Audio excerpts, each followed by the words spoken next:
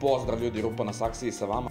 U ovom klipu ćemo pogledati neke zanimljivosti koje sam našao vezane za Kinu, za koje iskreno verujem da do sada niste znali, pošto su u pitanju stvarno neverovatni podaci. Evo da krenemo odmah.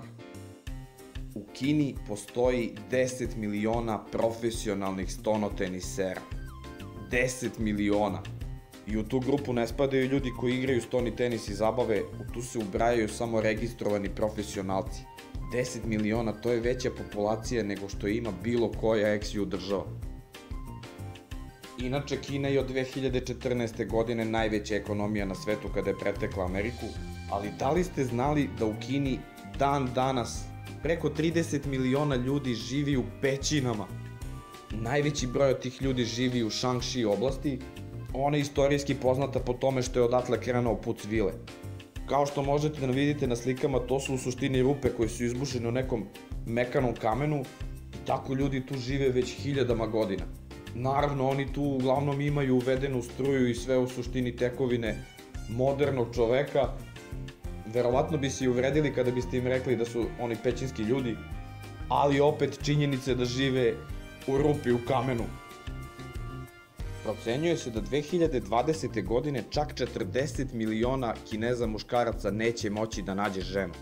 A razlog toga je vrlo prost. Toliko ima više muškaraca nego žena u Kini.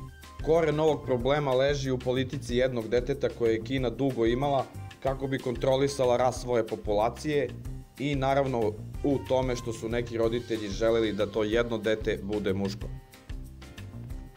Sad, ako ste nešto do sada i znali, ovo sigurno niste. Više ljudi u Kini ode u hrišćansku crkvu nedeljom nego u celoj Evropi zajedno. Inače, kad smo već kod hrišćanstva u Kini, treba spomenuti i Taiping pobunu koja se desila u 19. veku i trajala je 13 godina. Nju je predvodio čovek koji je verovao da je brat Isusa Hrista lično i on je hteo da u Kini zavede teokratiju zasnovanu na hrišćanstvu. U toj pobuni koja je trajala 13 godina je poginulo najmanje 20 miliona ljudi, što je čini jednom od najkrvavijih događaja u istoriji čovečanstva odmah nakon Drugog svetskog rata i mongolskih osvajanja. Da, Vatikan i dalje ne priznaje Kinu kao državu. Oni zapravo priznaju Tajvan, ali to je već priča za neki drugi klip. I za sam kraj, u Kini ne možete pristupiti Facebooku, Googleu, Twitteru, Skypeu, čak ni YouTubeu, nažalost. Razlozi su naravno bezbednosne prirode na nivou države, naravno Kinezi imaju svoje verzije svih ovih sajtova, ali ono što je interesantno je da i pored zabrane, Facebook ima 95 miliona profila otvorenih u Kini.